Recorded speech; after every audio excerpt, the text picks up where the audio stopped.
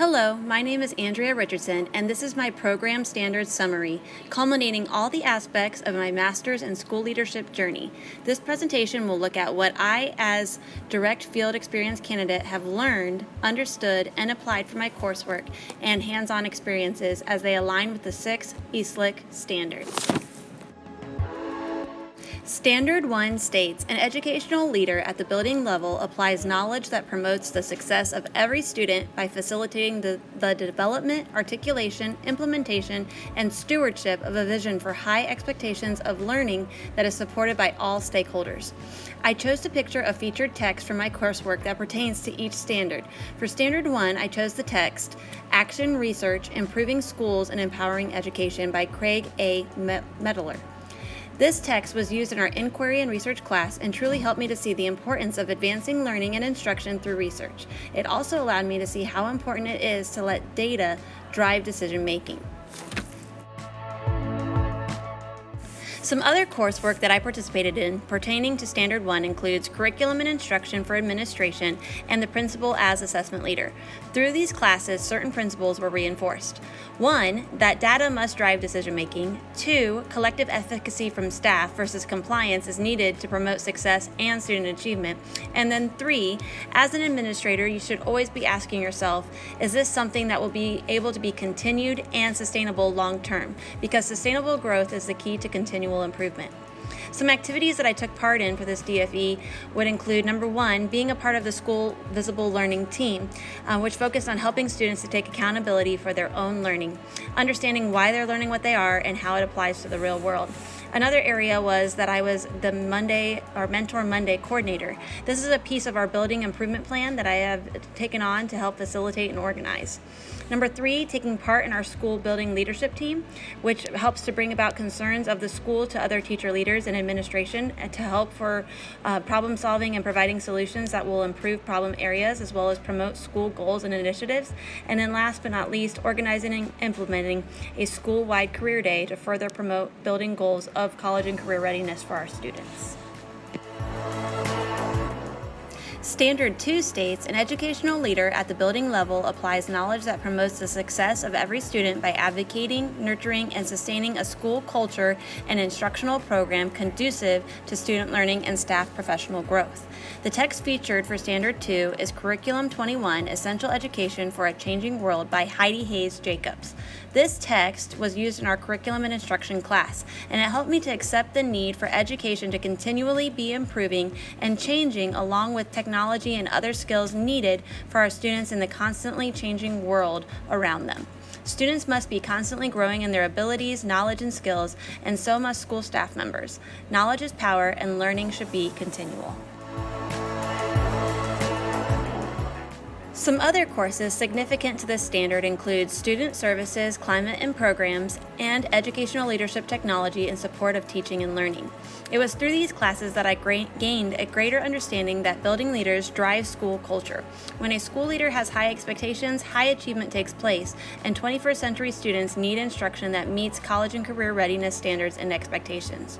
Just because we have always done something a certain way does not mean that it is what is best for kids. I was able to apply what I learned through providing my current colleagues with a climate survey to determine the climate of our building and triage as necessary.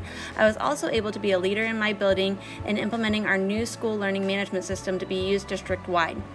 This change was initially met with a lot of pushback from staff, but ultimately has been a great addition in providing consistency across the building and district for our students and parents.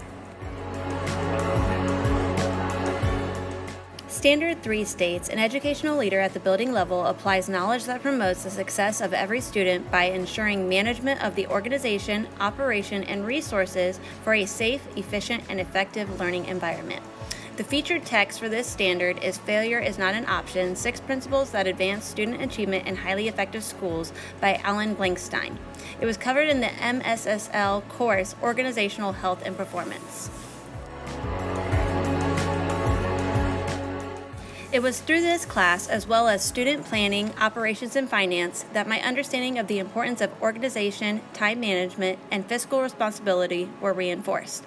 I pride myself on these particular skills and was appreciative of how much these skills would benefit me, my staff, and my students as a building leader. I also grew in my understanding of how oftentimes doing what is best for teaching staff translates into doing what is best for kids. If the needs of staff are met, they are more easily and naturally able to meet the needs of the students. Some activities that I participated in to further help my application of Standard 3 include organizing and preparing the Mentor Monday schedule, which is directly connected to building goals in my high school. I also prepared a grant proposal in pursuit of new furniture for my classroom to allow for flexible seating for my students. Through this experience, I was able to combine my skills of organization, time management, and fiscal responsibility with meeting the needs of students and providing data to support these needs. Standard 4 states, an educational leader at the building level applies knowledge that promotes the success of every student by collaborating with faculty and school, home, and community members, responding to diverse stakeholder interests and needs, and mobilizing external resources. The featured book for this standard is Shaping School Culture by Deal and Peterson. I chose this text to support Standard 4 because of its emphasis on culture dictated by stakeholders. Every stakeholder in the school plays a role in the culture that defines a school. The courses that best support Standard 4 are Organizational Health and Performance and School Personnel. It was through these courses that 2 points were driven home for me. Number 1, that people matter. The administrator's job revolves around making decisions that impact people, so building and sustaining positive relationships with stakeholders is essential. Since people are such a huge aspect of the job, you have to use them to get the job done. The right people need to be involved in the appropriate issues to provide appropriate solutions that are sustainable. Although an administrator's job can seem lonely at times, collaboration with the right stakeholders in the right moments is crucial.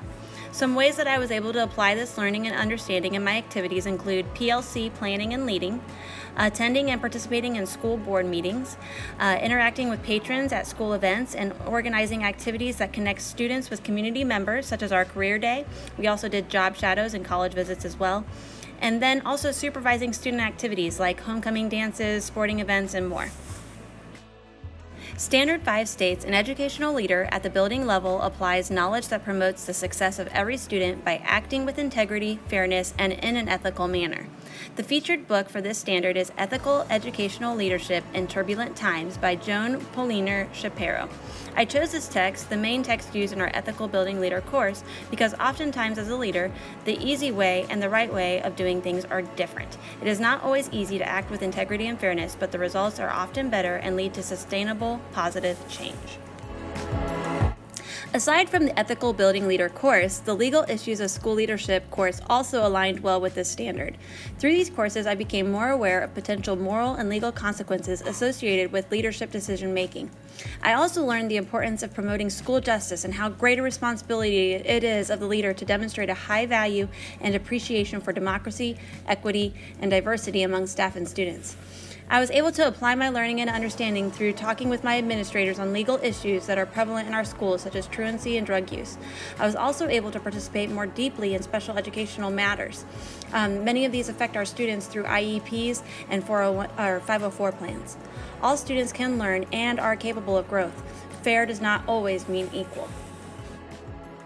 The last standard, Standard 6, states, an educational leader at the building level applies knowledge that promotes the success of every student by understanding, responding to, and influencing the political, social, economic, legal, and cultural context.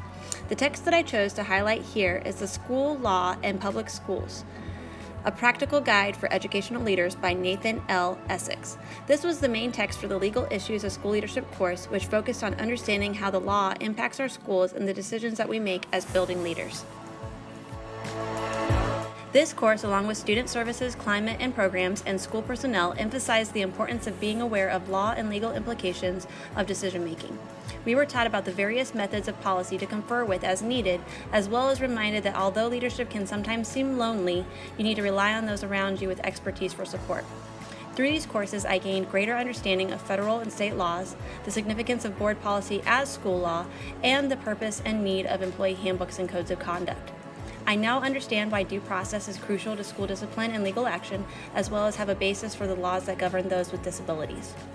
A great variety of experiences have helped me to apply my learning and understanding in relation to Standard 6. Some of them include my time spent in my diverse location at Ridgeview Elementary. It was a great experience, very different from my normal day at Prairie View High School. Some other experiences include dealing with student motivation and discipline on legal issues, communicating with parents on these matters, and my involvement during IEP meetings and discussing with my building principal matters related to out-of-school district students. They all helped me to see a variety of ways that this standard plays out as the role of building leader.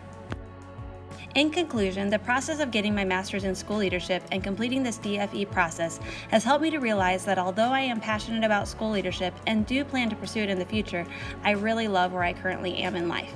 Throughout this schooling experience, a lot of life has happened for me. I gave birth to my third child during this program, had oral surgery, and got braces as an adult. I continue to teach a subject matter that I love and am deeply passionate about, which is personal finance, and I've enjoyed many trips and outings with my husband and kids, all while taking classes, completing projects, and working many extra hours to complete the demands of this program. I was able to take my licensure exam and pass it well above the required score, and I feel really prepared for the next steps in school leadership when they come. But for now, I love where I am and want to enjoy it a little longer. Thank you for your attention throughout this presentation.